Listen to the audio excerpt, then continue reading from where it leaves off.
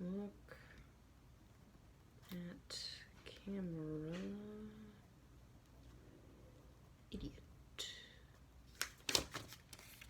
And there we go. In the opening scene of Breaking Bad, we're bombarded with a series of absolutely hectic, frantic images. I mean, from our opening shot of a peaceful shot of the New Mexico desert, we go from that to an RV careening down the dirt road. I mean, we follow it as if we're being dragged along by the bumper. And we see inside the RV. And the man behind the wheel is only in a gas mask and his underwear. He's driving for his life. There are two bodies sliding around in the back of the RV. And we assume that our main guy at the wheel had something to do with it. Either he killed them or he's complicit in killing them. We don't know as audience members yet. But we know something's going on. He loses control and the RV flies off the road. He stumbles out of the vehicle with a gun in hand, and amidst distant sirens, he makes a tearful video for his wife and child, saying that he only did this out of love for them. He also directly addresses law enforcement, saying that he specifically doesn't admit guilt to anything that he's done, or had allegedly done. And now right away, the audience is suspicious. And it's being clearly emphasized to us that he's done something or has been complicit in doing something. So, he steps out into the road, his gun drawn. He aims it down the road at what he thinks are approaching cop cars, setting his face and awaiting his fate. Cut to black. In less than 4 minutes, Breaking Bad has done 3 things that a pilot should do. 1, it set up an interesting and relatable main character and his motivations. We see our boy, Walter White, for less than 4 minutes, and already we know that he's done or is complicit in doing bad things for his family. And we don't know what those things are yet, but we do know that we want to see him get out of this. Maybe. And we've done that in a very short amount of time. We've established a bond. 2, a pilot's supposed to set up the rules and the tone of the world that we're going to be inhabiting for the next several episodes or seasons. So, what has Breaking Bad done? Well, we've set up a dark show. We've seen dead bodies, we've seen guns, we've seen tearful apologies. We've also seen a guy in his tighty-whities brandishing a gun. You know, balance it out with a little bit of dark comedy. But the audience basically knows what they're in for, and we're in for some deep shit. 3, present intrigue and keep the audience interested and asking questions. Already, we're asking questions like, well, who really is this doofus? What could he have done to get himself in so much trouble? Who's the guy sitting next to him in the RV? Why did they have gas masks on? Who are the dead bodies? How are they involved? So our questions are directly related to events that are strictly happening in the show. Diegetic elements. This is pretty crucial later on.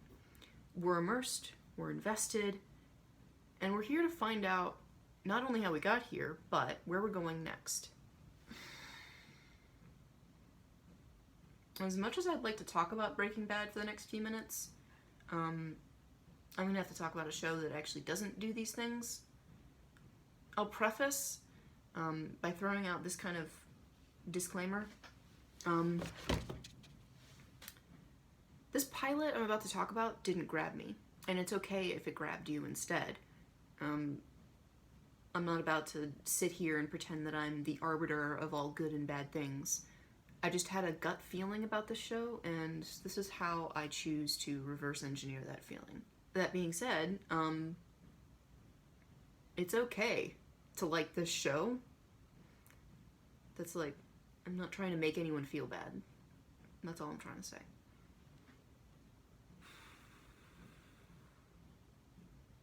Shannara Chronicles. No, I didn't read books. I don't read fantasy by guys named Terry. Fuck Terry Goodkind. It's been sitting on my shelf for the past few years, and I never cracked the cover. It just didn't really interest me that much. However, I'm told actually that at the beginning of the show, they kind of spoil what ends up being a major plot twist in the books, that this whole world is taking place in a post-apocalyptic United States, or, you know, world. Which I think is actually a pretty interesting gimmick. I don't know how people feel about that being spoiled right away, but I know it got me a little bit interested. You know, instead of the traditional medieval fantasy happening before our time, it's happening way, way after our time, which is interesting, and you can do a lot with that. But once I got into the show, I kind of realized that's all it was. It was just a gimmick, like a surface level kind of set dressing to essentially justify why all the characters talk real funny and wear tight-fitted clothes with lapels. They ask you how you are, you just have to say that you're fine when you're not really fine, but you just can't get into it. Really, guys? Lapels? Alright, I've never bagged on costume design in anything, because even in the worst of cases, it's not something you're supposed to notice. But these are the worst outfits in any fantasy TV show I've ever seen. And not for lack of trying. I mean, some of the outfits are stupid elaborate, like what Elfchild wears to the dinner. Seriously? That's what you put a princess in? It's not like the rest of the cast is excluded from this. Elf boy Brad, who grew up poor in the country, has fully intact shirts and pants and leather jacket and beanie. That Eritrea girl looks like she rated a Hot Topic. It's been at least 1,000 years, I guess, since society as we know it fell. And nobody's clothes look like they're falling apart or worn out. They just look pretty and perfect. Honestly, I feel like the costume department just wanted the characters to look cute and sexy. Alright. Never mind.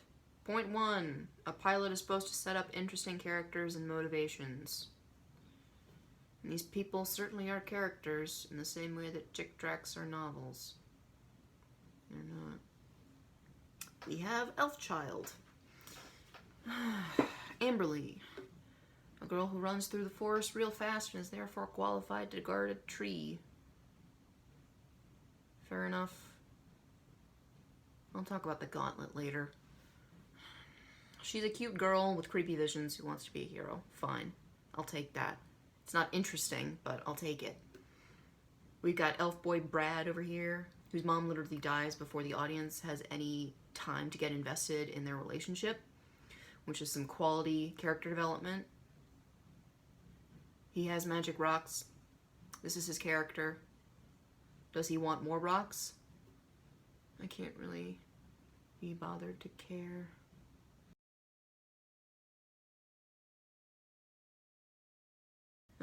Moving on to Central African Republic. She wants to steal from people. She is the edgy bad girl femme fatale. I mean, she can't even femme fatale right. She drugs Rock Boy and steals his rocks and doesn't even hurt him or kill him. What a really interesting, morally gray character. Hot druid dude. I like him. He's cool. I won't lie, I watched the second episode just for him. Gimli. Generic old king. Friend of druid guy. He wants to protect tree and girl. We have hot, probably evil uncle. He wants to date the black elf lieutenant commander. He's the one with the stupid lapels. One of them. My main problem with this character, actually, is that he's really glib and casual and doesn't take anything seriously. And I mean, as a writer, you really want to avoid that. You want to avoid characters... You don't want to avoid comic relief, obviously. It's good to have some of that. But you want your events... You want the events in the story to mean something. And if you have a character who constantly doesn't take anything seriously and isn't punished for that, that teaches the audience, oh hey, I don't have to care because he doesn't. And I know that because that's how I felt throughout this entire episode. Oh, I forgot. Elf boyfriend Man Bun Man is here too. His character is being here. Lastly, we have the evil demon summoned at the end of the episode. He's pretty cool. He's menacing. He looks like the real deal. He's my favorite character, and I want him to kill the rest of the cast. Point 2. Setting up the rules and the tone of the world. Alright, to do this, I'm going to have to talk about the gauntlet, since it's the first scene of the show, and I literally could not take it seriously the first time I saw it. This is the stupidest test I've ever seen put to film, and I've seen Divergent, so... This test is stupid for mainly 3 reasons. 1. Amberly is teensy tiny. She's got tiny, stick little legs. She cannot beat these guys in a straight sprint. We're just supposed to believe that she beat all of these hunky guys with the power of determination and girl power. Hooray. But we don't really see her do anything clever or smart. We don't see the results of her training. We don't see her trip anyone or take a secret shortcut. We don't see her use the tactics that the male competitors use unless she's provoked. Maybe that's just supposed to show that she's honorable. But honestly, it just feels like she's just kind of a ditz. Reason number 2. There's nothing smart about this test. You have to be one of the first people to the end, so I guess this is about speed as well as luck and training, I guess. I mean, you would think this test is supposed to prepare you to run real fast in the dark while avoiding unseen obstacles, and, you know, maybe that pays off at some point later in the episode. But for right now, I don't really understand how this is supposed to prepare you for sitting down next to a tree and protecting it in case something maybe happens. Number 3, what the hell is the tone of this scene? We're led to believe that since this girl is the first to run in 1,000 years of tradition, that this is kind of a, you know, patriarchal, chauvinistic society. We get a little bit of that in the hunky boys who are like, what girl cannot do this? Ugh. And then they try to sabotage her. And then at the end of the gauntlet, Gimli does a big old frown. And then this attitude never shows up again? What's up with that, huh? What's up with that? Why was she even allowed to compete in the first place? I mean, you would think since this is kind of like a society that's like, ooh, we're gonna keep girls down, except when we don't. You would think that the princess showing up and being like, I'm gonna do this thing that no girl's ever done before, that someone would be like, what? No, take her away. But no. Nope. Nobody does that. Moana did this better than you. Moana had a song, god damn it. I won't sing it because I don't want to get copyright struck. But let's just assume the song is playing. I mean, this is the power of a 1,000-year-old tradition. It makes some people raise a few eyebrows like, what, a girl did something. I mean, and then it never comes up again. Great world building. You create just enough of a surface level threat to the main girl to make the audience bond with her, but you throw away that threat the moment it becomes narratively inconvenient. What's up with that? I mean, you didn't want to show any real misogyny because it might hurt girls' feelings? I'm not saying more misogyny would make this more realistic. God knows Game of Thrones has a lot, maybe even too much of that. Doesn't make the show more realistic, necessarily. I think I would just settle for some consistency. You know, from, like, a writer. I mean, a thought that I was kind of hit by when I was watching this is, like, this is kind of written like a fanfic, where, you know, they introduce a conflict, and then, like, 2 paragraphs later, the conflict is gone. Not even solved, but just gone. And none of the characters remember it. And then the characters are just having sex for no reason. But, I mean, in this show, you have no explicit sex, so there's, like, nothing for me to enjoy, even. So. And, I mean, I've got other issues, too, with this episode that kind of don't really fit into a category. I mean, how does Mauritania know elf boy Brad is an elf when she can't even see his ears before she does this? That's just a continuity thing. I mean, what's her treehouse? Did she build it? Did she steal it? Also, we're supposed to believe that humans not only evolved into 4 distinct species over the course of a cosmologically tiny amount of history. Not only that, but this horse is the same as literally all other horses in history.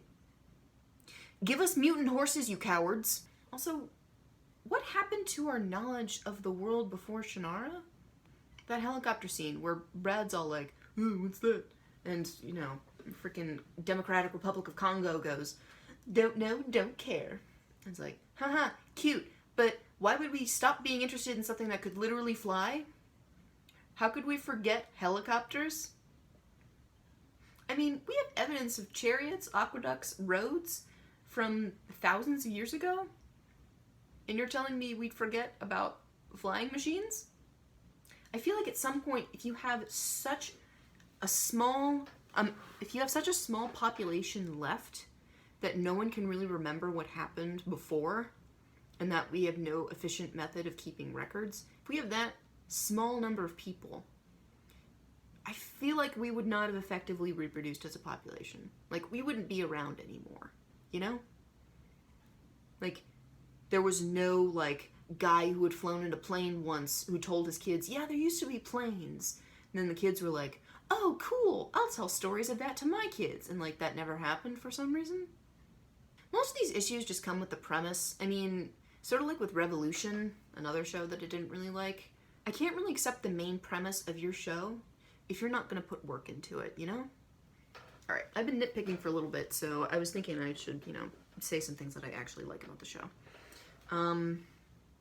So there are some things actually that set the tone, or a tone, effectively in Shannara. And one of those things is the music, occasionally. Like, especially in the opening scene, I thought that was extremely effective. And the music doesn't sound like a knockoff of better shows and TV.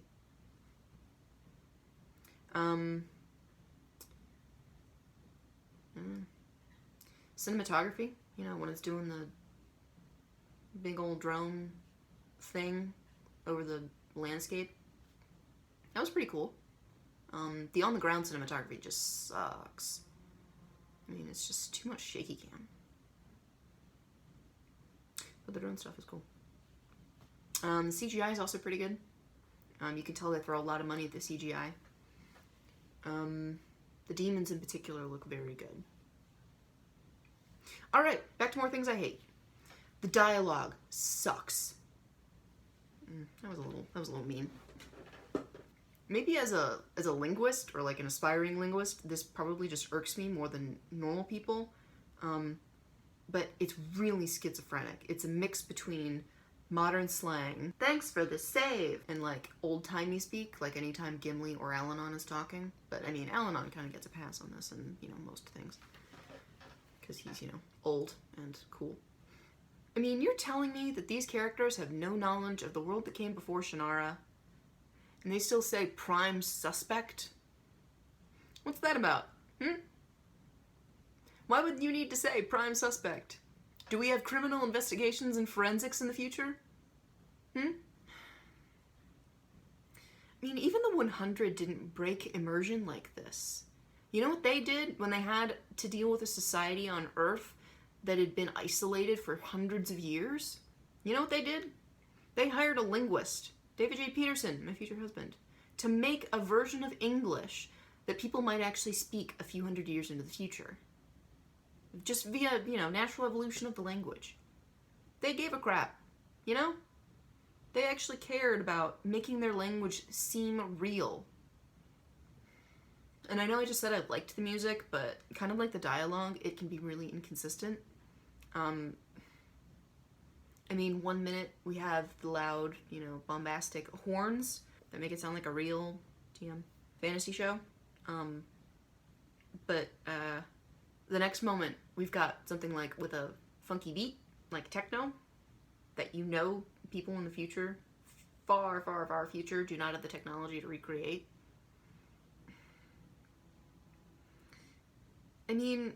Just pick one. This doesn't make you sound like you're some newfangled hybrid trailblazing genre. It makes you sound like you're confused. So much of the show just feels like it was designed by committee. It feels like we're checking off boxes just to get the young people into it. Like we've got hot people, or we've got hot actors, check. Hot music by Ruel, intro music. Okay, check, I guess. Hot outfits, check. Look at the shit they wear in The Last Kingdom. Alfred looks like a dork wearing his crown, but you still take him seriously, because he's a character who commands respect. These characters don't command respect to me. They look like dress-up dolls. Okay, I promised I'd stop banging on the costumes, and I will. Alright, final point. Present intrigue and make the audience interested. Keep them watching. You might think that since Shannara made me watch the second episode that it actually did its job, and, I thought that too, until I kind of realized that I wasn't even interested in what happened. I wanted the show to become interesting. I wanted to like it. I liked the potential. But, just like in real life relationships, you can't really fall in love with potential. And I started asking myself questions that weren't really diegetic, obviously, like with Breaking Bad, like, ooh, who are these people? What are they going to do next? More like, when am I going to get a character that I actually relate to? Why are they talking like this? Why are they wearing lapels? At one point, I just skipped through the next episode just looking for the hot druid guy. And I just wanted to hear his, white Idris Elba voice. It's Zachary Quino from Heroes all over again. God damn it. Alright, so the characters flop. The world building is inconsistent and, frankly, underexplored. We can't pick a tone and stick with it. I'm not interested to see where the story goes next. And honestly, that last one is most of the reason why I feel like this pilot fails, for me at least. That's my opinion. I've got one friend who, absolutely swears by this show, and others that I really don't like. I'd call it a guilty pleasure show, but it feels kind of dirty and also insincere, because I know people genuinely like it as an actual show. I realize comparing it to one of the greatest shows ever made might seem unfair, but honestly, with all the money MTV throws at this show, I feel like we have the right to expect something better. But I'd be interested to hear what you guys think about it. What are your takes? I know this isn't exactly a hot take. It's kind of like saying, I don't like The Bachelorette because it has drama in it. It's like, so don't fucking watch it. That's what I did. I just stopped fucking watching it. Anyway, thanks for stopping by.